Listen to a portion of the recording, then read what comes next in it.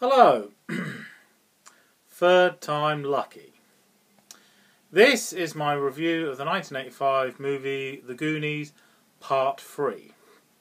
Okay, so where did I get up to? Well, basically I came to a part where I was saying, in a way, the Goonies are better than the character of Indiana Jones. Because think about it for a moment. Indiana Jones, yes, great hero and everything. He stops the bad guys getting the treasure, but he never gets the treasure himself. He never gets a share of the treasure for himself. He never gets loot from the deal, no. Never gets any money out of the adventures he does, yeah. So that explains why he's a part-time teacher, because he needs the money, yeah. He triumphs, beats the bad guys, but never gets a share of the treasure that he's looking for. In all 4 movies, he ends up broke from the adventure, yeah. The Goonies, however, on their adventure, they do get loot from the... Yes, they do get the treasure, yes. And they put it to a really good use, yeah. They don't get the treasure for selfish reasons. No, they get it to save their neighbourhood, yeah. To stop greedy developers from turning it into a country club, yes. They use the pirate treasure from One-Eyed Willie, the pirate from 1605.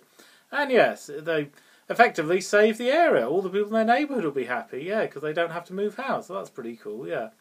So the movie was effectively teaching kids a moral lesson. Don't just have money for selfish reasons, do it for other people as well. Do it to help you do your bit for your community, yeah. And speaking of morality, the character Sloth, who says, "Hey you guys," a lot in the film, he's hideously ugly, very deformed, but he's a good guy, yeah. So it's teaching kids, it's the personality that counts. Don't judge people by what they look like, yeah. And, oh yes, there's a character called Data in the Goonies. This is before Star Trek The Next Generation, yeah. He's called Data, and he's the whiz kid with gadgets. There's lots of gadgets and gizmos that don't work half the time, yeah. And the movie's called The Goonies because they live by the Goon Docks. Yes, that's why they're called The Goonies, yeah. And there is one moving scene in the movie when they find out they're at the bottom of a wishing well, and the heroes, they have the chance to turn back. Should we pull out of the adventure and just all go home? We have that option. Or should we go on? And then I think it's the character called Mouth. He says, no, we go on. You know, this is a wishing well, right? Well, what's our wish? Our wish is that we don't want to move house. No, we want to fight for our right to live where we want to live. So, yeah.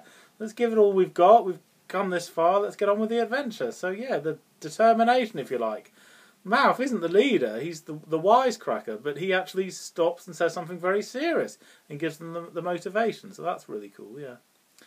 Now, The Goonies, as I was saying before, it was very influenced by the Indiana Jones films, but about a year later there were 2 other films that were imitating The Goonies, other movies imitating it. So yes, the wheels come full circle. The Goonies was influential as well.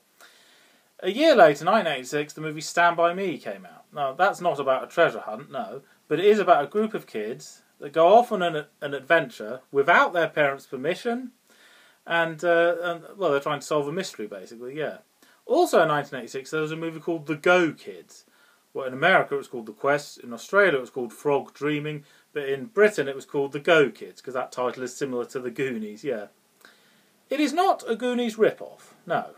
It looks like it will be from the poster, because the poster is very similar to the Goonies poster. A group of kids, caves in the background and a big skull, but no, it is not a Goonies rip-off.